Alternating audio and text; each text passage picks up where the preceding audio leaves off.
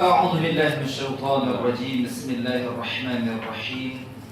إن الحمد لله نحمده ونستعينه ونستهديه ونعوذ بالله من شرور أنفسنا ومن سيئات أعمالنا. من يهده الله فلا مضل له ومن يضلله فلا هادي له. ونصلي ونسلم على حبيبنا المصطفى رسول الله صلى الله عليه وسلم وعلى آله وصحبه ومن تبعهم بإحسان إلى يوم الدين. اللهم افتح بيننا وبين قومنا بالحق وأنت خير الفاتحين. يا معلم إبراهيم الحكمة علمنا. اللهم اجعلنا ممن سبقت لهم منك الحسنى والزيادة. اللهم أغننا بالعلم وزينا بالحلم وأكرمنا بالتقوى وجملنا بالعافية. اللهم فقهنا في الدين وعلمنا تأويله. اللهم انصر إخواننا المسلمين والمجاهدين في فلسطين وفي سوريا وفي مصر وفي روهينجيا وفي كل مكان يا ذا الجلال والإكرام. وصلى الله على نبينا محمد وعلى آله وصحبه وبارك وسلم والحمد لله رب العالمين. أما بعد، إخوتي وأخواتي في الله، أحييكم بأحسن التحية، تحية الإسلام. السلام عليكم ورحمة الله وبركاته.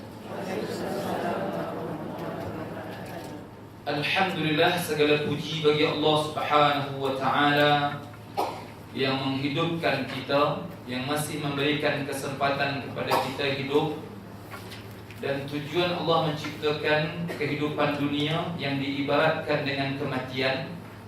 Sebab kehidupan dunia ada ujungnya, itu kematian. Dan Allah menjanjikan ada kehidupan yang kekal abadi, yaitu akhirat. Itulah yang sebenar-benar kehidupan. Wa inna ad-daral akhirah lahiyal hayawan law kanu ya'lamun. Sesungguhnya kehidupan akhirat itu adalah sebenar-benar kehidupan kalaulah manusia itu tahu. Kalaulah kalian tahu, kalaulah mereka tahu, kata Allah Subhanahu wa Ta'ala. Alladhi khalaqal mauta wal hayata liyabluwakum ayyukum ahsanu amala. Yaitu Allah ciptakan kematian, itu kehidupan dunia ini diibaratkan kematian, dan kehidupan akhirat Allah ciptakan untuk melihat siapa yang terbaik amalnya. Dalam Islam, amal yang terbaik ada dua. Yang terbaik, yang pertama adalah beriman kepada Allah Subhanahu wa Ta'ala. Yang kedua adalah berbuat baik dengan manusia. Yang pertama adalah beriman kepada Allah Subhanahu wa Ta'ala. Hubungan vertikal kita dengan Allah. Hubungan horizontal kita adalah berbuat baik dengan manusia. Ramadan mentarbiah kita untuk dekat dengan Allah Subhanahu wa Ta'ala dan juga berbuat baik dengan manusia. Kalau kita ingin dekat dengan Allah, menjadi orang-orang yang bertakwa, maka kita meniru sifat-sifat ketuhanan. Di antara sifat-sifat ketuhanan adalah Allah tidak makan, kita diajak untuk tidak makan. Allah tidak minum, kita pun diajak untuk tidak minum. Allah tidak memiliki anak dan isteri, maka kita pun diajak untuk tidak memiliki anak dan isteri. Untuk tidak berhubungan suami isteri. Minta maaf. Allah tidak memiliki anak dan isteri, kita juga dituntut untuk tidak berhubungan suami isteri di bulan Ramadan. Sebab kita ingin dekat dengan Allah Subhanahu wa Ta'ala, maka tirulah sifat-sifat ketuhanan. Ini adalah orang-orang yang bertakwa. Kalau kita ingin menjadi khalifatullah, menjadi khalifah Allah, pengganti Allah, mesti sedikit sebanyak kita dekatkan diri kita kepada Allah Subhanahu wa Ta'ala. Wa takhallaqu, maka berakhlaklah kalian bi khuluqillah, maka berakhlaklah kalian dengan akhlak Allah Subhanahu wa Ta'ala. Sebab kita ingin menjadi khalifatullah, pengganti Allah Subhanahu wa Ta'ala. Kemudian juga Nabi SAW menyampaikan, man fattara sa'iman, siapa yang memberikan makan seorang yang berpuasa, maka dia mendapatkan pahala orang yang berpuasa itu tanpa mengurangi pahala orang yang berpuasa. Maknanya puasa atau Ramadan ini juga mentarbiah kita untuk berhubungan sesama manusia.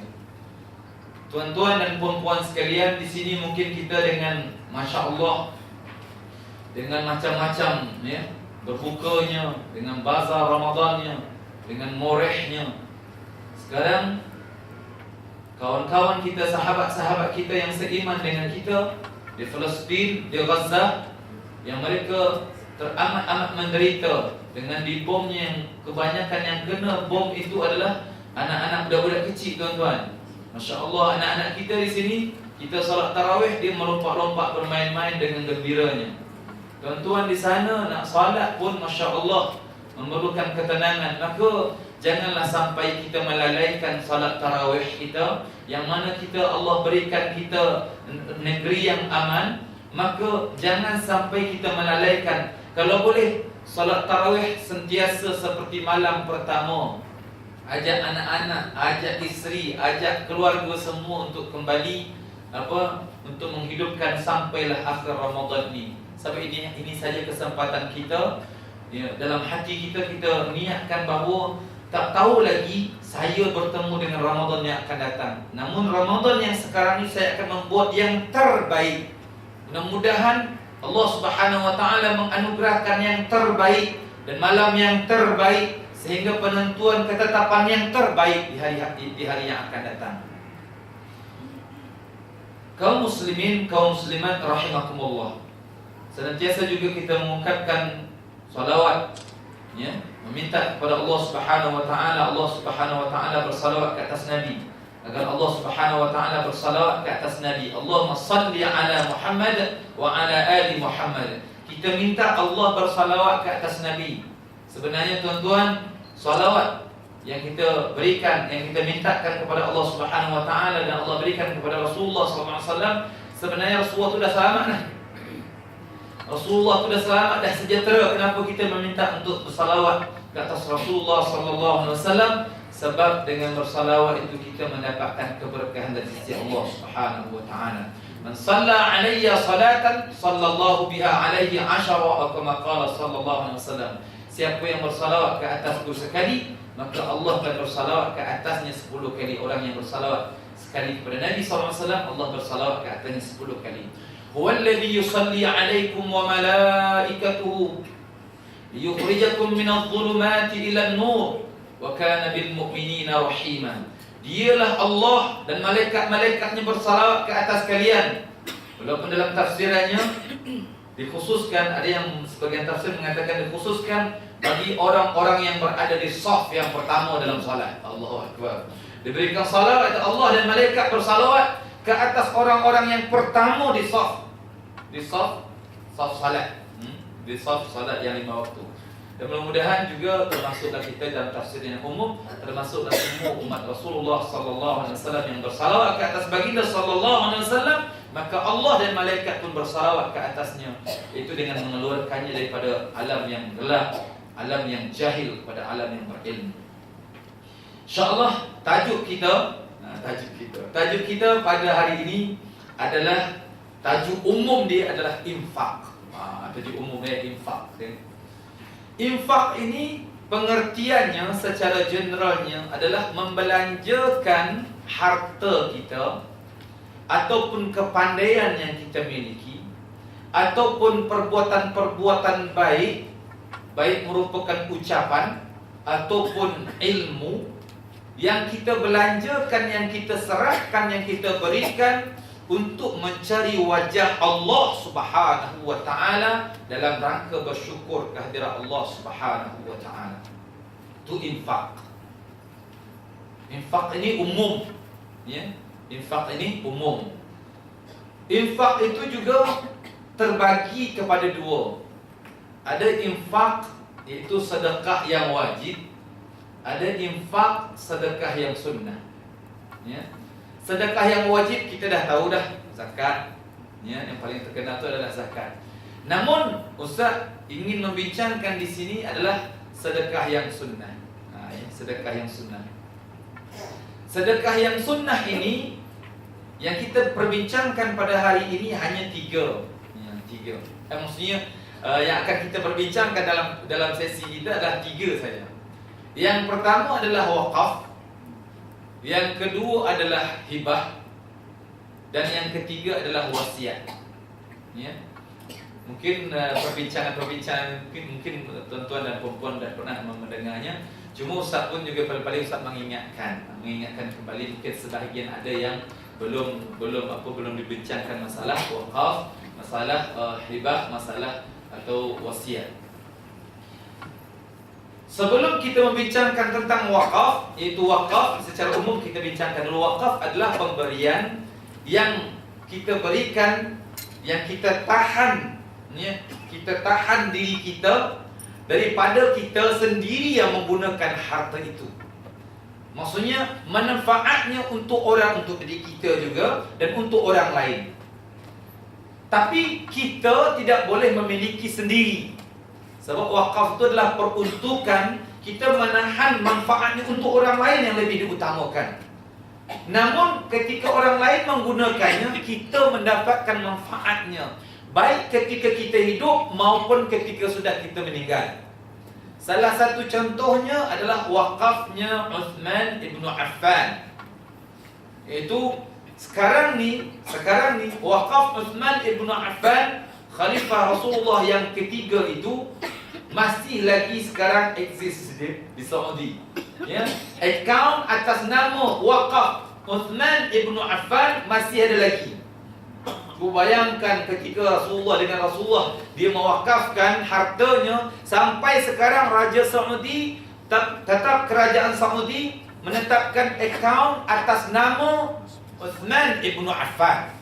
Tuan-tuan bayangkan sampai sekarang terus mengalir pahalanya. Allahu Akbar. Ya. Mudah-mudahan tuan-tuan dan perempuan pun mampu untuk melakukan seperti itu. Akaun dia memang atas nama Uthman ibn Affan. Ya. Yang kedua adalah hibah, iaitu pemberian kepada orang lain atau berpindahnya kepemilikan kita kepada orang lain ketika kita masih hidup. Ya. Yang ketiga wasiat, iaitu pemberian kita kepada pemberian harta kita atau harta yang lebih cenderung kepada harta kita kepada orang lain, iaitu berlakunya setelah kita meninggal, itu wasiat. Ya. Sebelum itu tuan-tuan dan puan-puan sekalian, kita baca dahulu ayat yang menggalakkan infak ini. Ini ayat yang menggalakkan infak ni. Kita baca dulu, Ustaz baca, tuan tengok, iaitu ayat surah Al-Baqarah ayat 254. Ayat 254. Itu ayat 254 surah Al-Baqarah. Saya bacakan. A'udzu billahi minasy syaithanir rajim. Bismillahirrahmanirrahim. Ya ayyuhalladzina amanu anfiqu mimma razaqnakum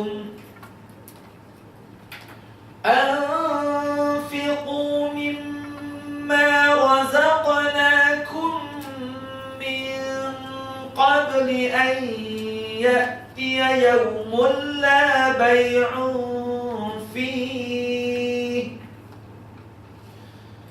min qabli an ya'tiya yawmun la bay'un fihi wala khullatun wala syafa'ah wal kafiruna humudz zalimun.